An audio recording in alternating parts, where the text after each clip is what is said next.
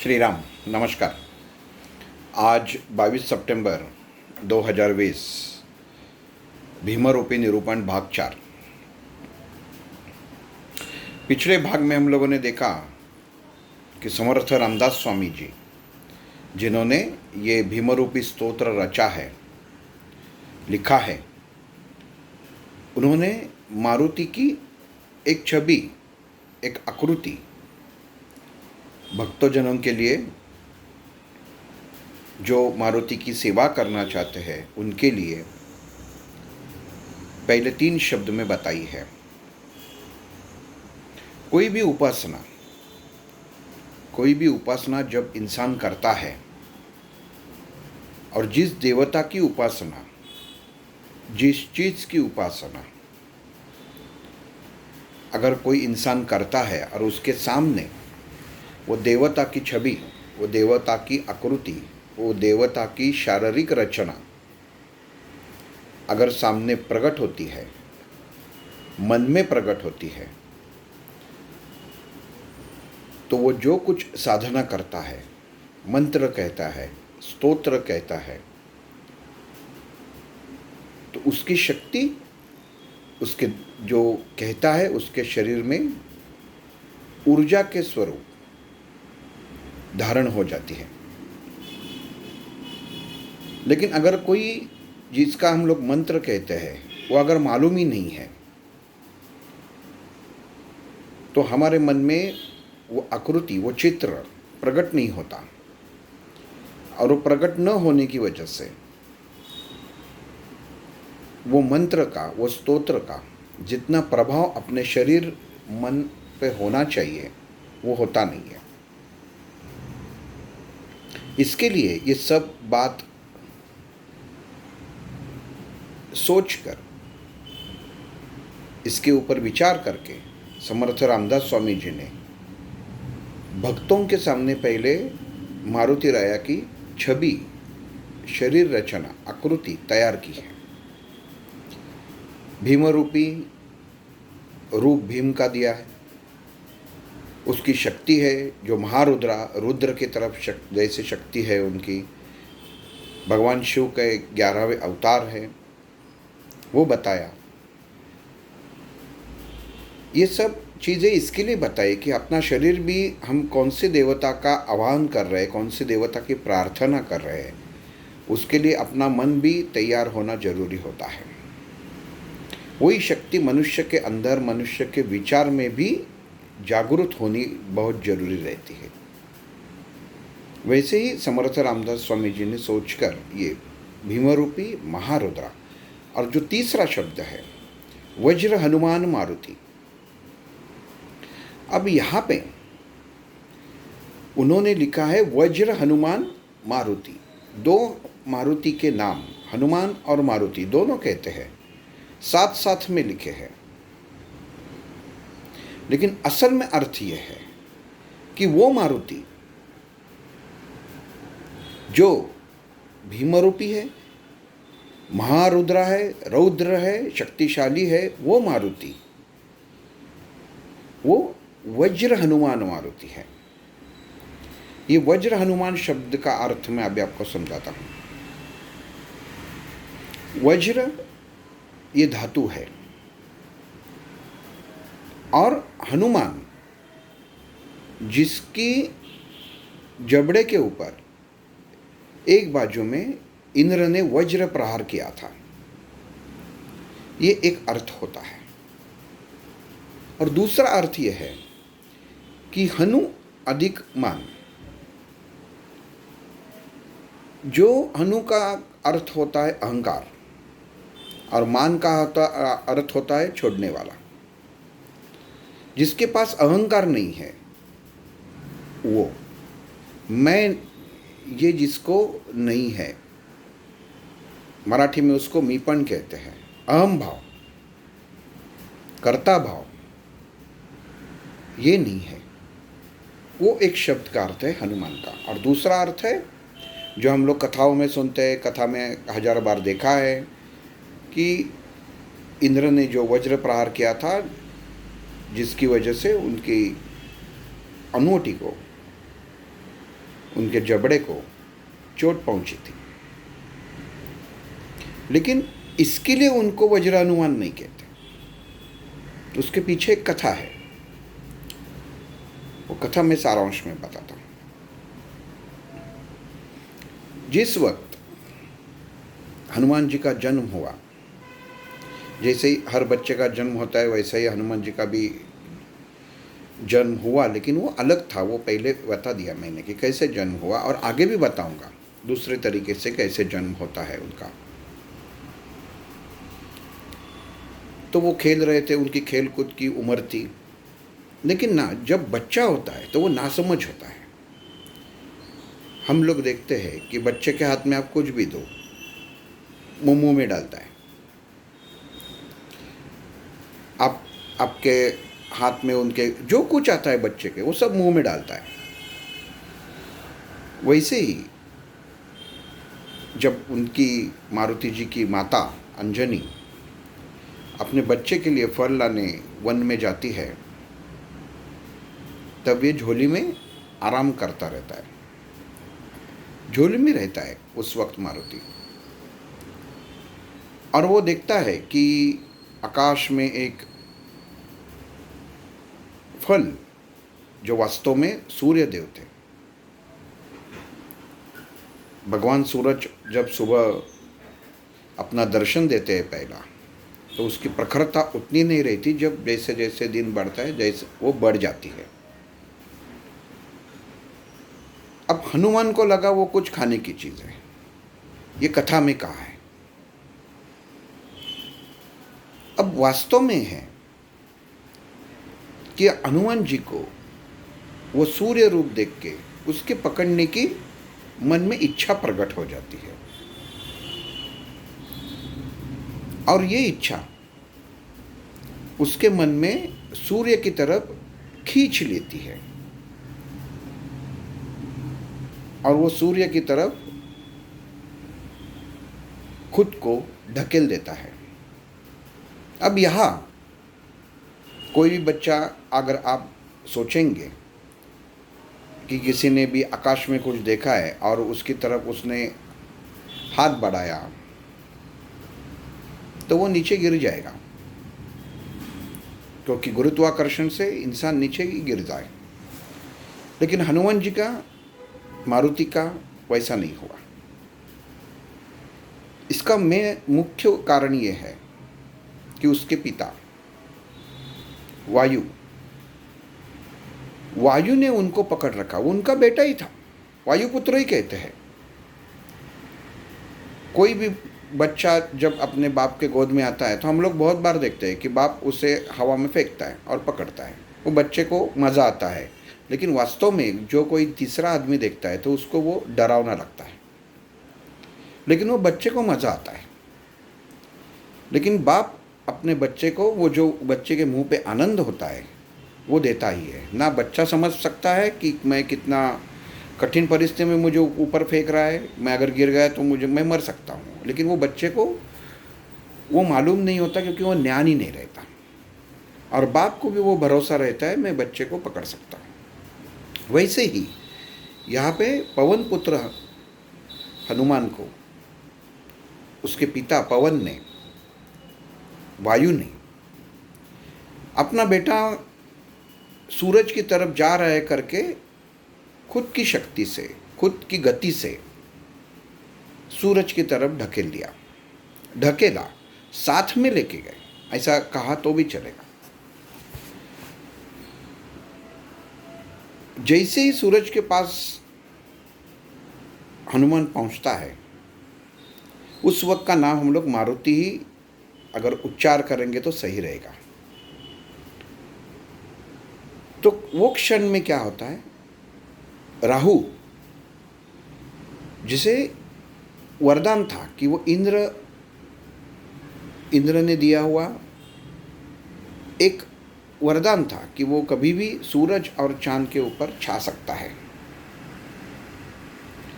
उसी वक्त उस दिन ऐसा कहा गया है ग्रंथों में कि अमावस्या का दिन था, तो वो छाने लगा राहु, और उसी वक्त हनुमान मारुति वहाँ पे गए। राहु ने देखा कि मैं सूरज को छाने के लिए जा रहा हूँ और ये कौन आ रहा है बीच में, और वो मारुति की तरफ अपनी चाल जैसे ही करता है तो मारुति सूरज छोड़ के राहु की तरफ अपना मोर्चा करता है, उसकी तरफ जाता है। तो राहु डर जाता है, ये कोई अलग है जो मुझे पकड़ने के लिए आया है, और डर के मारे वो इंद्र के पास जाता है।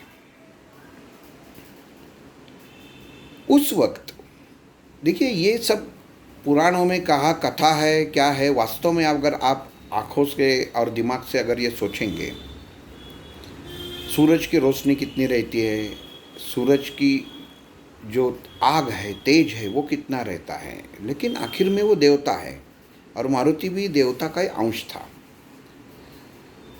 तो उस वक्त सूर्य नारायण ये देवता सोचता है कि मैं ये जो मुझे मेरी तरफ आ रहा है, इसको, ये बालक को कुछ तकलीफ न हो जाए, इसके लिए वो खुद ही अपने शरीर की तीव्रता, अग्नि की तीव्रता कम कर देता है। और जब ये राहु के साथ जब मारुति उसकी तरफ खींच लेता है, अभी ये घटना अगर आप देखेंगे तो बच्चा कोई भी अगर कोई खेल रहा है और उसके बाजू में मान लीजिए कि घर में बच्चा किसी खिलौने के साथ खेल रहा है और उनके पिता आ जाते हैं और गाड़ी की चाबी उसके बाजू में रख देते हैं, तो बच्चा क्या करता है, खिलौना छोड़ के वो चाबी मुंह में डालता है। तभी उससे चाबी क्या है वो मालूम नहीं होती, उसको नई चीज़ दिखी वो देखता है, वो खिलौना छोड़ देता है और वो चाबी मुंह में डालता है। ना उसको वो खिलौना क्या है पता चलता रहता है और वो चाबी क्या है वो पता, उसको केवल इतना मालूम रहता है कि सामने कुछ है जिससे जो मुझे चाहिए, बस इतनी ही मन में वो क्षण पे वो हर बच्चे की अकलनता रहती है। तो वैसा, और आपने देखा रहेगा कि बच्चे के हाथ में आपने कुछ दे दिया और हम लोग उससे लेने लगे तो और वो जोर पकड़ उसकी मजबूत कर देता नहीं है। उस समय हम लोगों को बच्चे का ताकत का एहसास भी हो जाता है।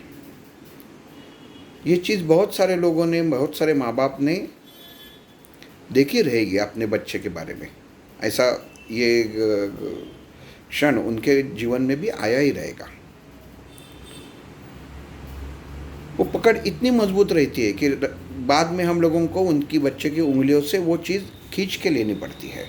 वो पूरी ताकत आप देखिए बच्चे की कितनी ताकत रहती है। और ये तो मारुति था। तो जब राहु उसके सामने आया, सूरज की तरफ जा रहा था, तभी मारुति ने देखा कि ये शायद मैं जहाँ पे ये लेने पकड़ने जा रहा हूँ इसके बीच में ये आ रहा है करके वो राहु के पीछे लग गया। और राहु घबरा के इंद्र के पास पहुँचा और इंद्र को बता दिया कि मुझे लगता है कोई अलग सा राहु आया हुआ है जो सूरज को छाने के लिए जा रहा है। अब यहाँ पे कैसा है कि राहु इंद्र को कहता है कोई दूसरा राहु आ रहा है। इसका मतलब ये है कि केवल इंद्र ने वरदान दिया था तब ही राहु सूरज के ऊपर छा सकता था, वो ताकत उसके अंदर पैदा हो सकती थी। इसके लिए राहु की बुद्धिमत्ता से उन्होंने कहा कि दूसरा राहु प्रकट हुआ है, शायद इंद्र ने किसी को और को वरदान दिया रहेगा। तो इंद्र के पास जाता है और इंद्र राहु के साथ वो देखने के लिए जाता है ऐसा कौन है भाई कि सूर्य नारायण को छाने के लिए आ रहा है और कहाँ से आया है। देवताओं में तो मुझे पता है कि कोई अभी तक ऐसा गया नहीं है। तो इंद्र राहु के साथ वहाँ पे पहुँच जाता है और जैसा देखता है कि मारुति वहाँ पे सूरज की तरफ बढ़ रहा है, तो इंद्र अपने वज्रास्त्र से मारुति के ऊपर प्रहार करता है और वो अस्त्र जाकर मारुति के जबड़े को टकरा जाता है और मारुति मूर्छित अवस्था में नीचे गिर के एक पर्वत के ऊपर गिरता है। ये घटना है। अब उस वक्त पिता, वायुपुत्र, वायु देवता दोनों साथ में रहते हैं। वायु देवता देखता है अपने पुत्र को ये इंद्र ने वज्र के प्रहार से घायल किया है और मेरा बेटा नीचे गिर के बेहोश होके पड़ा हुआ है। तो वायु को गुस्सा आ जाता है और वो गुस्से से कहता है कि मैं अभी बहना ही बंद कर देता हूँ, और वो बहना बंद कर देता है। और ये सृष्टि का नियम है, हम लोग भी अभी भी देखते हैं कि अगर हवा में प्राणवायु नहीं है, ऑक्सीजन नहीं है, तो कोई भी जीवित नहीं रह सकता। वैसी परिस्थिति उस समय पैदा हो गई। वायु ने बहना ही बंद कर दिया, अपने बेटे को गोद में बिठा के वो पर्वत के ऊपर बैठा रहा कि अब क्या होगा। उसके साथ सब देवता ब्रह्मा जी के पास चले जाते हैं और ब्रह्मा जी को कहते हैं कि ऐसे ऐसी घटना हुई है, तो अब क्या करें।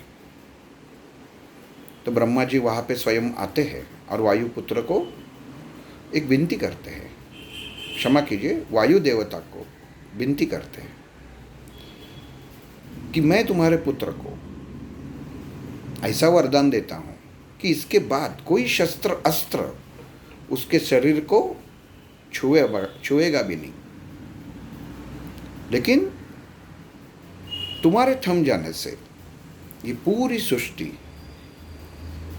नामशेष हो जाएंगे। वो सही नहीं है। हम सब देवता तुमसे माफ़ी मांगते हैं, तुम अपना कार्य तुरंत आरंभ करो। ब्रह्मा जी का ये वरदान, उन्होंने की हुई विनती, जैसे ही वायु देवता इंद्र की ओर देखते हैं तो इंद्र भी कहता है कि जिस वज्र अस्त्र से मैंने इसके ऊपर प्रहार किया, वैसा ही शरीर मैं इसका बना देता हूँ ताकि इसे कोई छू नहीं सकता। उसका शरीर में वज्र का बना देता हूँ, लेकिन हे वायु देवता तुम बहना चालू करो। देखो, आदमी के भगवान हो नहीं तो कुछ भी हो, अगर संकट आता है तो भगवान भी, देवता भी खुद को समर्पित भाव में प्रकट करते हैं सामने के चरण में।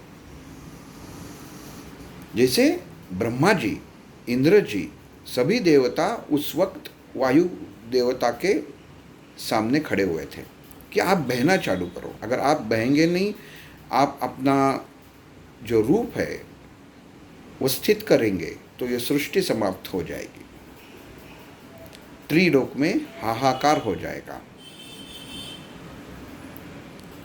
अलग अलग देवता उस वक्त मारुति को वरदान देते हैं। अभी सब इतना बताता नहीं, जो अपने भीमरूपी के लिए जितना उचित है उतना ही बताता हूँ। इंद्र ने वरदान दिया कि इसका शरीर में वज्र का कर देता, और फिर उनको जीवन दान मिलता है। इसके लिए समर्थ रामदास स्वामी ने, और जो एक बोलते हैं ना, कोई शस्त्र का आघात होता है हमारे शरीर पे, हमारे अंग पे कोई शस्त्र का आघात होता है, अपने हाथों पे कभी कोई हथियार से, कोई छुरी से, कोई इसे व्रण पैदा होता है, तो वो कायम रहता है। इसके लिए हनुमान के ऊपर, उसके जबड़े के ऊपर वो आघात जो इंद्र के अस्त्र से, वज्रास्त्र से हुआ था, लेकिन जो वरदान इंद्र ने वायु देवता के सामने उसको दिया था मारुति के लिए कि मैं इसका देह वज्र जैसे बना रहा हूँ, इसके लिए समर्थ रामदास स्वामी जी ने मारुति को वज्र हनुमान कहा है। केवल इंद्र ने आघात किया ये कथा नहीं है। बाद में इंद्र ने अपनी गलती का एहसास होने के बाद उसको जो वरदान दिया कि वज्र जैसा हो जाएगा, वो महत्वपूर्ण है। अब यहाँ पे वज्र हनुमान मारुति समर्थ रामदास स्वामी ने तो कह दिया, लेकिन मारुति नहीं कहा, हनुमान कहा। हनुमान इसके लिए कहा कि वो उस वक्त मारुति वानर के रूप में थे। मारुति की पहचान, मारुति जैसा जो शब्द इस्तेमाल होता है, जो देह जिसे मारुति कहा गया है, ये जब प्रभु रामचंद्र को उनकी जब पहली बार मिलते हैं उसके बाद ये हुआ है। प्रभु रामचंद्र जी भी जीवन में मारुति को कभी मारुति नहीं कहा, हनुमंत ही कहा। और जिस दिन दासत्व उन्होंने स्वीकार कर लिया, तब कुछ क्षणों के लिए, कुछ कथाओं के अनुसार मारुति शब्द का प्रभु रामचंद्र ने उच्चार किया, नहीं तो हनुमान ही किया था। जिसके पास घमंड नहीं है, अहंकार नहीं, हनु अधिक मान, अहंकार रहित। और दूसरा अर्थ जो शास्त्र में भी दिया हुआ है बहुत सारी कथा में, जिसके फेफड़ों जबड़े के ऊपर इंद्र से वज्र का प्रहार हुआ, इसके लिए हनुमान, अनुमान, जिसके ऊपर आघात हुआ। मान का अर्थ दो तरह से हो जाता है, एक अहंकार भी होता है, एक आघात भी होता है। तो यहाँ पे जब हम लोगों को इतना ध्यान में केवल रखना चाहिए कि भीम रूपी स्तोत्र जो समर्थ रामदास स्वामी ने लिखा है, उसमें मारुति का जो रूप उन्होंने भक्तों के सामने रखा है, वो पहला भीम को सामने आना चाहिए, उसके ऊपर महारुद्रा, उसका कैसी, उसकी अग्नि कैसा है, ऊर्जा कैसी है, ये हम लोग अपने मन में तैयार कर देते हैं कि मारुति कैसा रहेगा। और तीसरा वज्र हनुमान मारुति, मीन्स बाह्य जो मारुति का बाह्य रूप था वो कैसा था, इससे पता चलता है।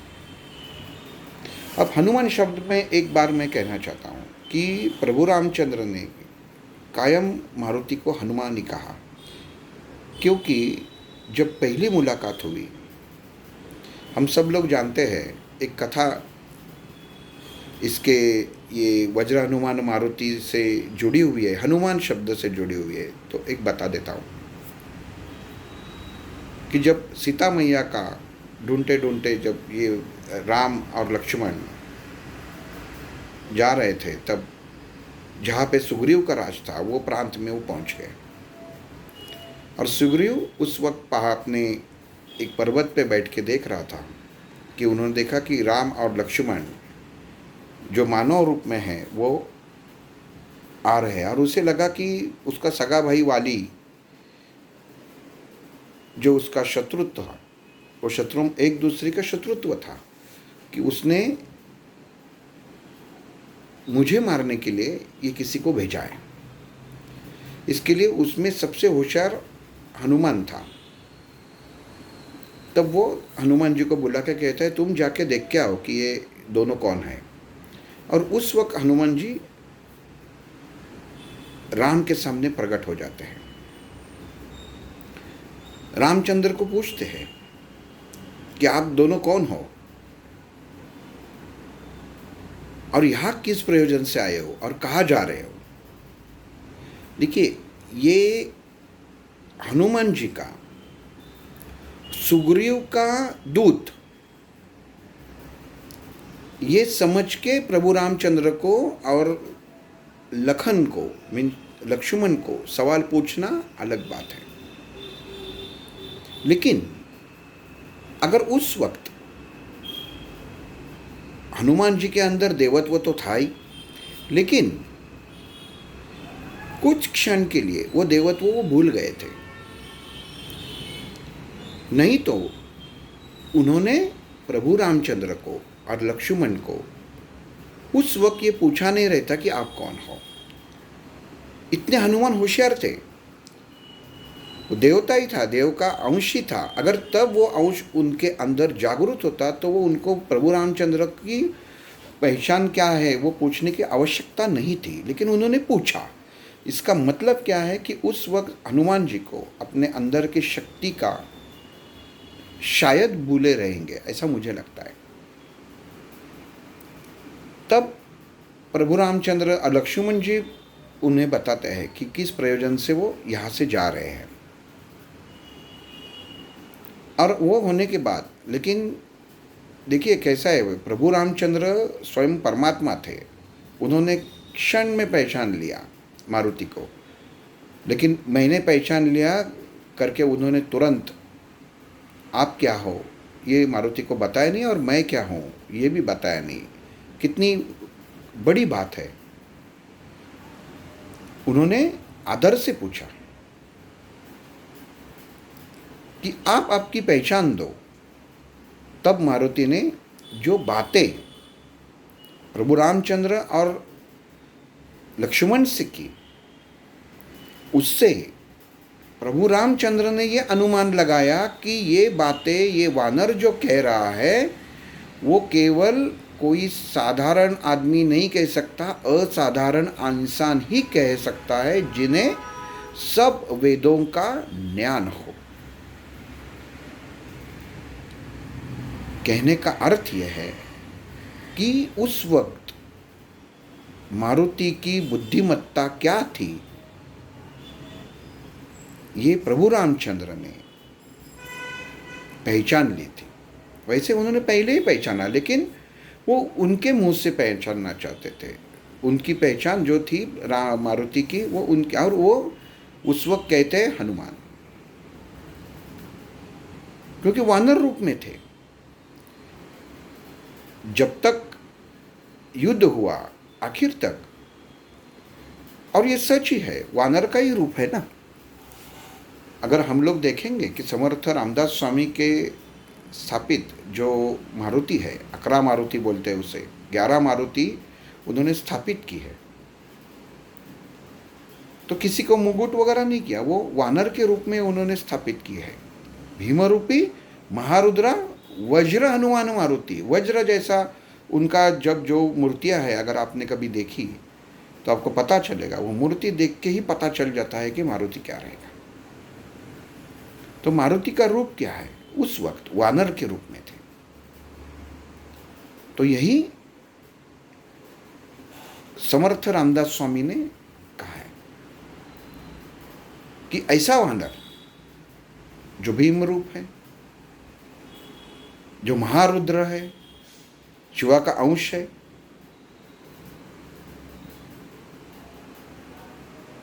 और वज्र हनुमान है, जिसका शरीर वज्र से बना हुआ है। ऐसा हनुमान, ऐसा वानर आपने हमेशा देखा है, आज भी देखते हैं। मारुति की पूंछ रहती है, वास्तव में इंसान की पूंछ नहीं रहती। कहते हैं कि काल के अनुसार इंसान को पूंछ थी, लेकिन काल के अनुरूप वो गई, ऐसा कहते हैं, मुझे मालूम नहीं। लेकिन हमारे सामने जो मूर्त खड़ी करनी है, खड़ी कर रहे हैं, वो पूंछ वाली है। हनुमान शब्द, वज्र हनुमान मारुति, ये इतना महत्वपूर्ण है कि बाह्य रूप का दर्शन मारुति का समर्थ रामदास स्वामी जी ने किया है। और इसके बाद एक एक कथा, पहला शब्द भीमरूपी, दूसरा महारुद्रा, तीसरा वज्र हनुमान मारुति, और चौथा शब्द कल आ जाएगा वनारी अंजनी सूता। मीन्स जन्म, किसका जन्म है। देखिए पहला स्वरूप खड़ा किया समर्थ रामदास स्वामी जी ने कि किसकी जन्म की कहानी आप सुनने वाले हो, किसका चरित्र सुनने वाले हो, किसके गुण वैशिष्ट आप सुनने वाले हो। वो पहले आपके मन के विचारों के, आँखों के सब सामने लाओ, मन के सामने लाओ, मन में उसकी छवि तैयार करो, वो आकृति प्रकट करो, वो शक्ति निर्माण करो, और उसके बाद ही उसका चरित्र आपको, उसके गुण, उसमें निकलने वाली हर शक्तियाँ, हर ताकत आपको लेनी है स्तोत्र के माध्यम से। इसके लिए ये 3 चीज, भीमरूपी, भीम का रूप, महारुद्रा उसका अग्नि, उसका रौद्र रूप, और वज्र हनुमान, उसका बाह्य रूप जो वज्र के जैसा है, उसके दंड, उसके बाहु, उसके पाँव, उसकी जांघें कैसी है वो सामने आना चाहिए। उसकी पूँछ, पूँछ भी ऐसी नीचे गिरी हुई पूँछ नहीं है।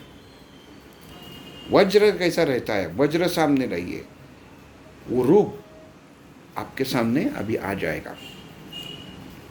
तो भीमरूपी महारुद्रा वज्र हनुमान मारुति अभी आपके सामने, आपकी आंखों के सामने वो मारुति खड़ा होने के लिए तैयार है, खड़ा हो चुका है।